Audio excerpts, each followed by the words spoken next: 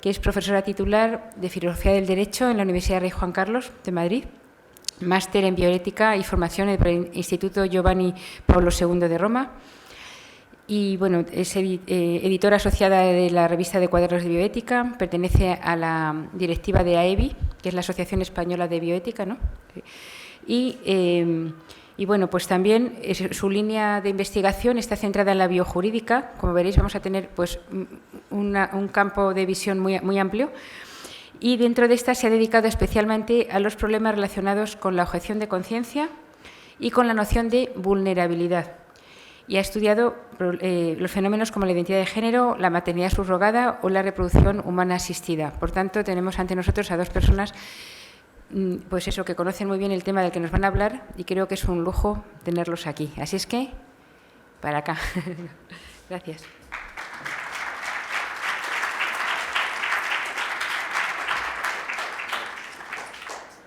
También a Alicia y por la invitación a estar con todos ustedes esta tarde. Yo, como ha dicho Alicia, soy jurista, ¿vale? Nadie es perfecto, hay gente para todo. A mí el derecho me gusta, cada día me gusta más, debo decir. Y hace bastantes años que Fran y yo nos conocemos y bueno, y trabajamos juntos con una preocupación que es común, ¿no? Y que es pues la que tiene que ver con la protección del embrión preimplantatorio y del hijo, ¿no?, que nace como resultado del uso de las técnicas. Lo que yo quisiera trasladaros hoy es el resultado de un análisis que, como digo, es un análisis jurídico y que busca un planteamiento acerca de cómo podríamos colaborar a la protección, colaborar con la protección del embrión, del hijo por nacer, de la mujer que acude a las técnicas, y hacerlo contando con el ordenamiento jurídico tal y como está, lo que también, ¿no?, tiene su... Entonces, me pasas el chisme este. Hemos titulado, creo que es vulnerabilidad, ¿no?, en las técnicas, y a mí siempre me gusta hacer una pequeña precisión, que es la diferencia entre vulnerabilidad, que es una condición humana con la que nos guste o no, tenemos que convivir y que tenemos, yo diría incluso que abrazar, ¿no?, y que es la posibilidad de ser dañados, que radica en el hecho mismo de que estamos vivos, y que tiene mucho que ver también con la frustración del deseo de ser madre, padre, etcétera, que nos hace vulnerables. Y otra cosa distinta es cuando nuestros derechos son vulnerados, ¿no?, porque parece que, bueno, que va de suyo, que alguien nos haga daño, bueno, sí, ¿no?, incluso metafísicamente, pero también es cierto que tenemos unos derechos que nos corresponden y a veces esos derechos son vulnerados.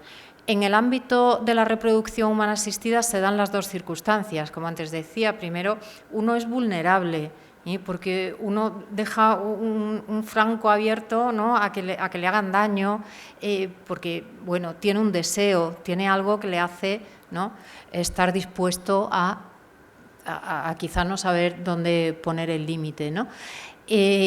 Pero también ocurre que hay ciertos derechos que son vulnerados en esa situación, y ahí podemos hablar tanto del embrión desde esa primera división celular, que saben que en sentido estricto en nuestro ordenamiento jurídico, desde la sentencia del Tribunal Constitucional del año 85, es un bien jurídico protegido, no es un titular de derechos, son cosas diferentes, ¿no? Una cosa es que el derecho te tenga que proteger, otra cosa que tú tengas personalidad jurídica, que es la percha de la que cuelgan derechos y obligaciones, y eso no se tiene hasta que no se nace, ¿no?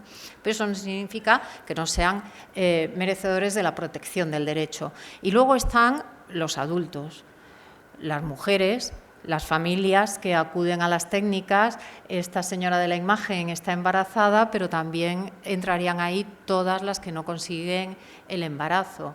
Y yo creo que hay esto, o sea, no es cuestión de hacer una división entre buenos, malos, víctimas, no, es una situación muy complicada, muy delicada, donde hay derechos en juego y donde todo el mundo de los implicados, digamos, merecen protección.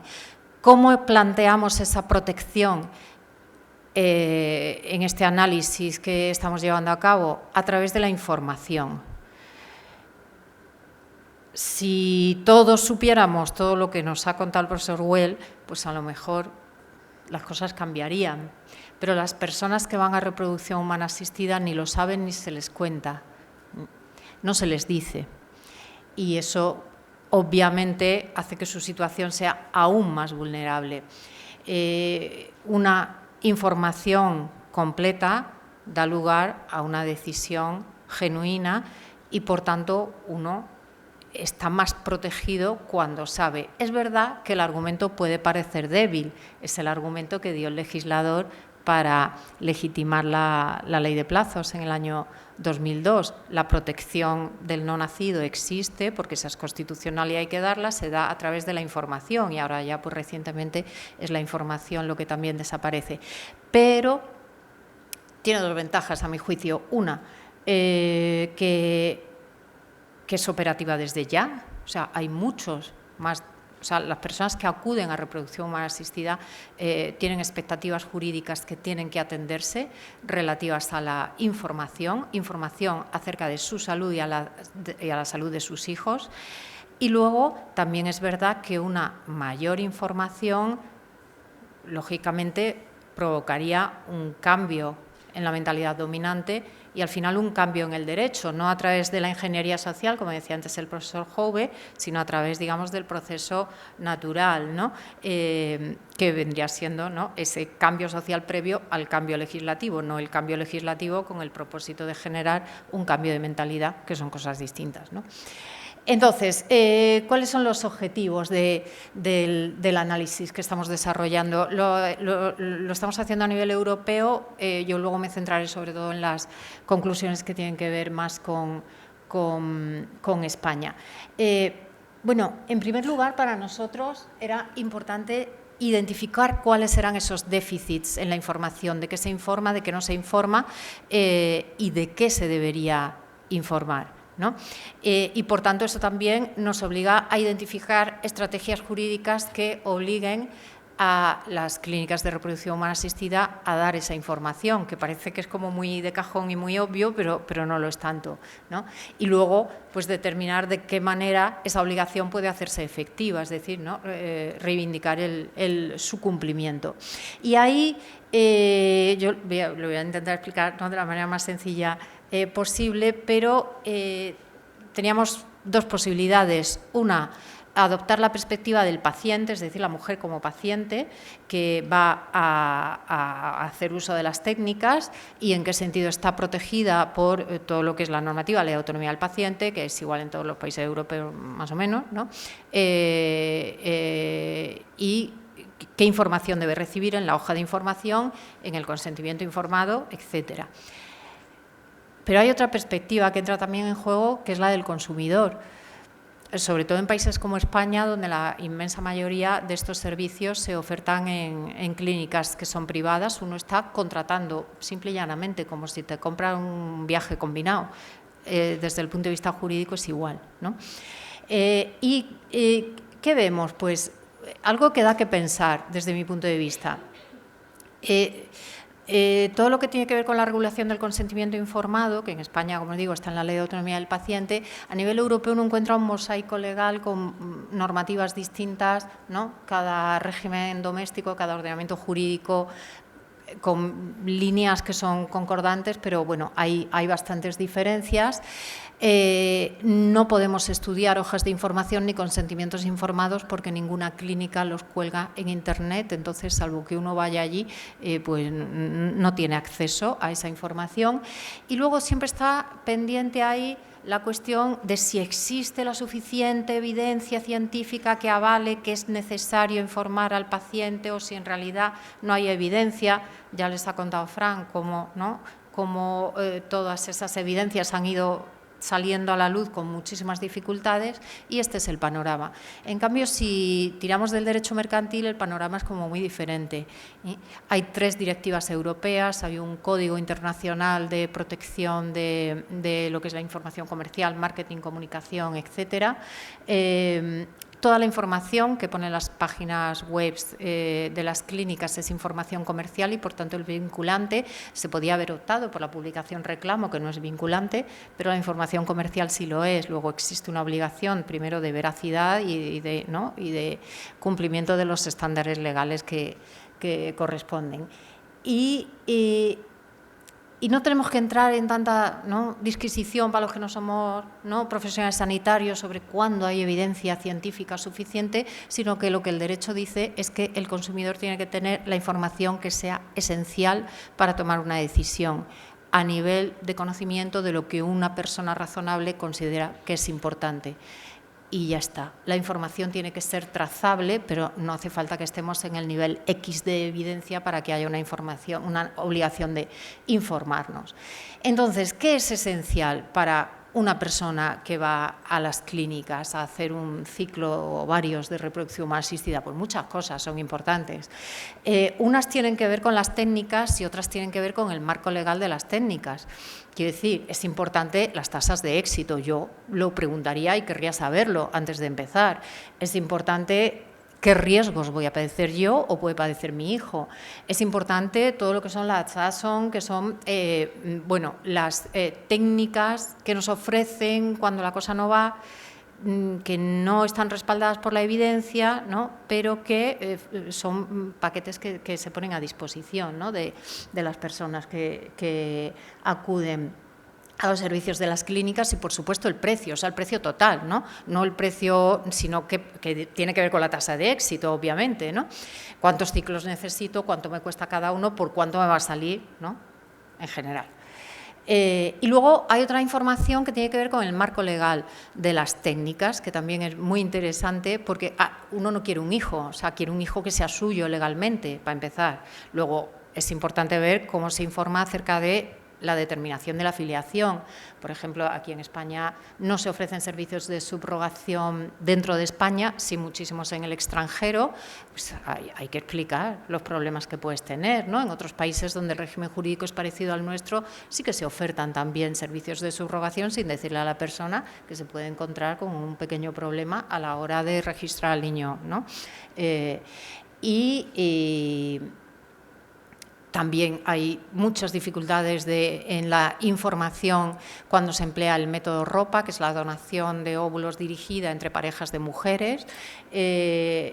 También está, salió en el BOE el día 1, ¿no?, como ha dicho el profesor Jove, y ha entrado en vigor ayer, entiendo, la ley conocida como ley trans y la reforma de la ley del aborto, que introducen también singularidades aquí, como el acceso de las personas trans a las técnicas de reproducción humana asistida y la prohibición de la información comercial que tenga que ver con la subrogación, ¿no?, que no todo es negativo, ¿no? Y luego también hay otra cuestión, que es decir, bueno, yo estoy segura de que lo que estoy haciendo es legal o no, esta información me la están dando también correctamente, ¿no? Y ahí hay cuestiones importantes como la donación de gametos, el diagnóstico genético preimplantatorio, donde hay problemas de compliance generalizados, ¿no?, de cumplimiento, vaya. Respecto de las tasas de éxito, digo, son problemas detectados, cómo se deberían hacer las cosas, cómo no se están haciendo, ¿no? Es verdad que hay cosas que se hacen bien, ¿eh? Aquí estamos centrándonos en lo que se puede mejorar. Lo primero, que es una cosa básica, hay que dar la información por niño nacido. Nadie quiere un test de embarazo positivo, lo que quieres es un bebé, y eso puede ser puede generar muchísima confusión. Eso no se está haciendo. Tampoco se explica con claridad para una persona que no entienda estas cosas qué evidencia científica hay detrás de las cifras que te están dando, ni te dan posibilidad de verificar si eso es así o no, o te están presentando la información de forma que no es que no es correcta. También se deberían disgregar los datos de acuerdo con la edad de la madre, con el empleo de cada técnica. No puedes decir un 30%, ¿un 30% de qué? Inseminación artificial, FIV, donación con óvulos tuyos, con congelados frescos, todo eso cambia una barbaridad. Y si tú quieres usar determinadas técnicas, otras no, o simplemente quieres hacerte lo que viene siendo una composición del lugar, necesitas saberlo, nadie te lo dice. Y también sería importante que la misma información que te ponen o que tú recibes cuando lees la hoja de información, el consentimiento informado, cuando efectivamente tu proceso deliberativo ya ha terminado, porque cuando llegas a ese momento ya has tomado la decisión. Esa información te la tienen que dar desde el principio, desde el primer momento, ¿no? Porque en esa sí que se pone como mucho más cuidado, porque existe una extraña convicción, no sé de dónde viene, de que lo que aparece en las páginas web, que es lo que más o menos las personas que van a contratar estos servicios leen en primer lugar, eso no es vinculante. Sí es vinculante. Lo mismo ocurre con los riesgos. Los riesgos no hay una información correcta. Yo imagino que lo que ha comentado antes el profesor Well era desconocido para muchos de vosotros si no estáis, ¿no?, estudiando estos asuntos, y lo mismo ocurre para las personas que sí toman la decisión o lo están pensando y se acercan para sopesar si acuden o no a las técnicas. Realmente esa información no la reciben. Es muy escasa sobre los riesgos para las propias mujeres y prácticamente inexistente respecto a los niños. Incluso, ¿no?, como pasa con el diagnóstico genético preimplantatorio, te dicen, si va a salir muchísimo mejor, no ves que ya no hemos seleccionado el embrión más robusto, el que tiene mejor aspecto, el que, ¿no? O sea que yo creo que incluso la información tiende a generar un estado de conciencia que es contrario a la realidad, ¿no? Que la salud del niño va a ser mucho más mucho mejor, ¿no? Y igualmente hay déficits en la posibilidad de verificar si la información que te dan es correcta o no, y no existen ni siquiera un catálogo. Si buscan en Internet algún día que estén aburridos, ¿no?, hay catálogos públicos de prácticamente consentimientos informados para todo, y uno puede ver, ¿no?, a ver si el que me han dado explica bien lo que está ocurriendo. No hay ninguno de técnicas de reproducción humana asistida. Y bueno, la cuestión de las add-on yo creo que es muy compleja también desde el punto de vista ético, ¿no?, porque una vez que una pareja o una persona sola está, ¿no?, ya en proceso de, y ha hecho un ciclo, y ha hecho dos, se genera también una situación en la que la vulnerabilidad aumenta, porque uno está dispuesto ya prácticamente a comprar cualquier cosa que a uno le oferten, aunque verdaderamente te expliquen que, bueno, no hay una evidencia, pero puede ser que funcione, ¿no? Y uno entra en un círculo que, ya que se ha gastado no sé cuántos miles de euros, pues intenta hacer todo lo que esté en su mano para conseguir el objetivo, que es ese niño, ¿no? En realidad no es un embarazo. Ahí es algo que también nosotros hemos discutido alguna vez. Yo particularmente me iría a los requisitos del consentimiento informado de ensayos clínicos, que es lo más parecido a un tratamiento experimental, pero vamos, absolutamente nada que ver con la realidad, ¿no?, cuando realmente es un tratamiento sin evidencia científica que están probando, ¿no?, contigo, con tu embarazo y con tus ciclos, ¿no? Sin embargo, no hay modificaciones en los consentimientos informados. Y luego hay también problemas en la información, como antes les decía, respecto al marco legal, que vamos a ver muy rápidamente, y esto yo sé que suscita otro tipo de problemas, que en los que también podemos entrar, ¿no?, y que tienen que ver primero con si, ¿no?, es legal, se ajusta a derecho realmente lo que yo estoy haciendo con toda mi buena voluntad muchas veces, ¿no?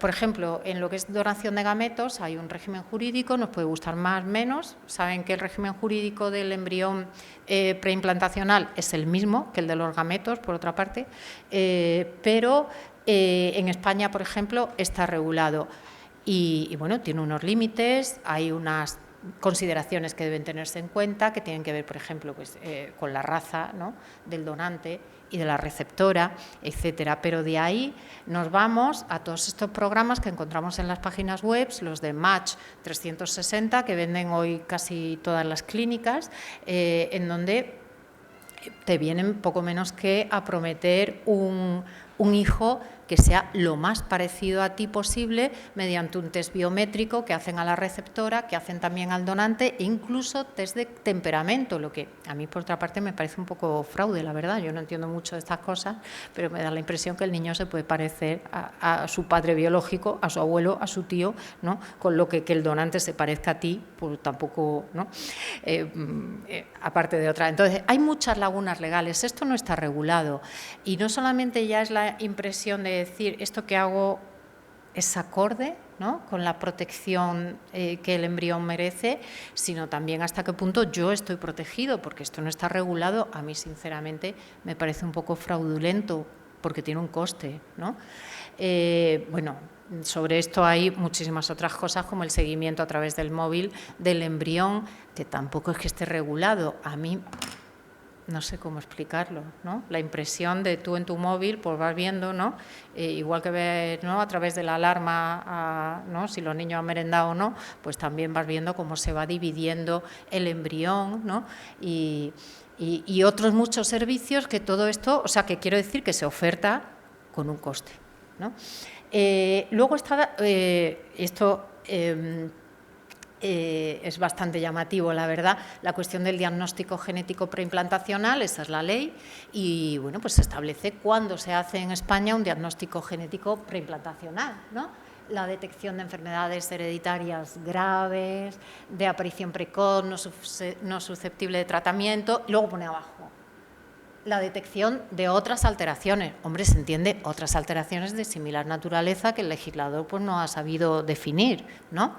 Pues no, los diagnósticos genéticos preimplantacionales se hacen con toda normalidad, prácticamente, no sabría yo decir en qué, ¿no? ¿En qué caso se indica? Este es del IBI, pero vamos, que me da igual, que en todas las clínicas es parecido. Si la madre tiene más de 35, pues ya, ¿no? La inmensa mayoría tienen más de 35. O sea, se hacen. Yo recuerdo hace años que tuvimos una embrióloga que hizo el máster en bioética en la Rey Juan Carlos y no daba crédito cuando conoció lo que decía la ley sobre el diagnóstico genético preimplantacional y sobre otras cuestiones, ¿no? Porque la práctica es hacerlo de forma absolutamente normal.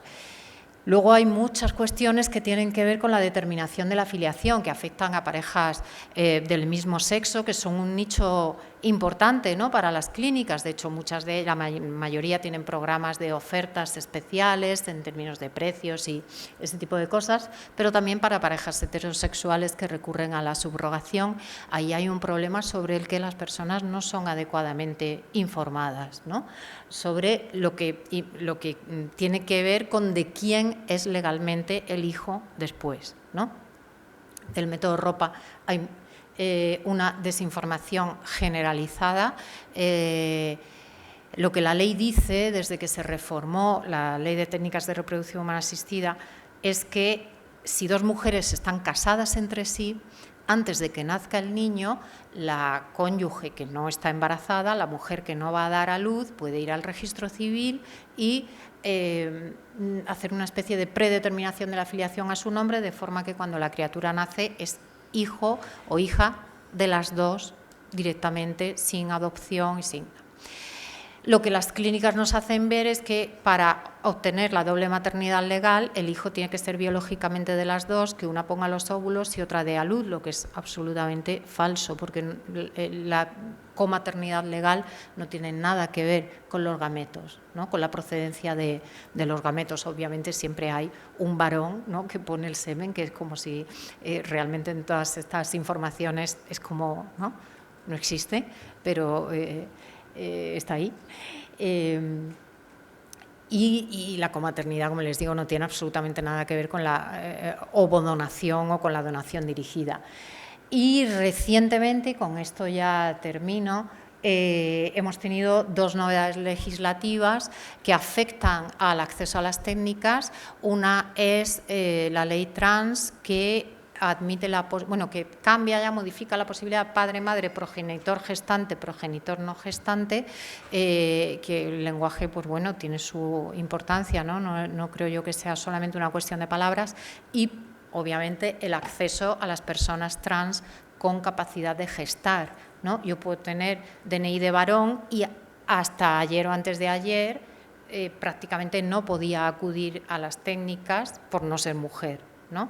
Ahora el acceso depende no de tu identidad registral como varón o mujer, sino de si tienes o no capacidad para gestar. Tú has podido conservar el útero y la posibilidad de tener hijos. Entonces eso también implicará pues que no todo este planteamiento pues habrá que sumar una posibilidad más, ¿no? Ahí tenemos, siempre es en estos términos, ¿no?, desde mi punto de vista un poco cosificadores. ¿Cuál es tu proyecto? La perspectiva es completamente adultocéntrica, ¿no? Tú que eres el que consume y el que va a contratar, y ahí es donde ponemos el foco, ¿no? ¿Cuál es tu proyecto? Papá, mamá, mami, yo sola, o el social freezing, o sea, la congelación sin ningún motivo, digamos, ¿no?, sino simplemente para tener los hijos más adelante, que tampoco está regulada y que también genera pues algunos problemas, ¿no?, desde el punto de vista ético y desde el punto de vista jurídico. Ahí pues habrá que añadir otras posibilidades, ¿no? Este chico fue padre, fue como muy mediático, ¿no?, el año pasado, a través de técnicas de reproducción humana asistida. Ya pasó por el comité de ética del comité de bioética, ¿no?, con todos los permisos correspondientes, frenó su hormonación, tuvo su embarazo y dio a luz el año pasado en una situación que era entonces como anómala, pero que ya está contemplada por la ley. Por tanto, pues el acceso, ¿no?, que para él fue dificultoso, pues ahora está abierto para cualquier persona trans que tenga capacidad o que haya conservado su capacidad gestacional.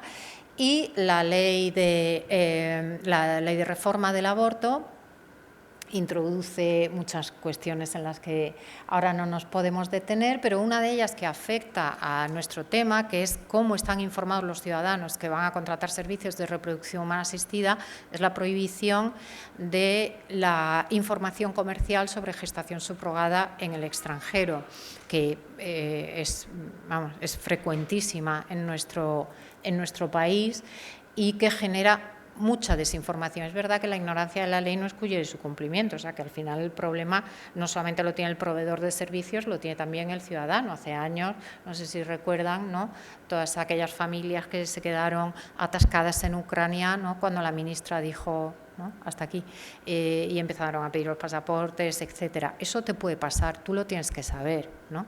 Alguien te lo tiene que explicar. Y la ley, bueno, aparte que recuerda, ¿no?, que los contratos de subrogación son nulos de pleno derecho, que es curioso, ¿no?, que una ley recuerde, ¿no?, lo que dice la otra, ¿no? Sería innecesario si no fuera por el incumplimiento generalizado que todos nosotros conocemos, ¿no? Los contratos de gestación subrogada en el extranjero hay los que uno quiera, ¿no?, con empresas que tienen su sede aquí en España o que no la tienen aquí, pero operan aquí. Yo no sé cómo el legislador va a abordar este problema, pero por lo menos la voluntad de hacerlo sí que parece estar presente. Con lo cual, y ya termino, después de este panorama, ¿no?, lo que vemos son Básicamente dos cosas. Una,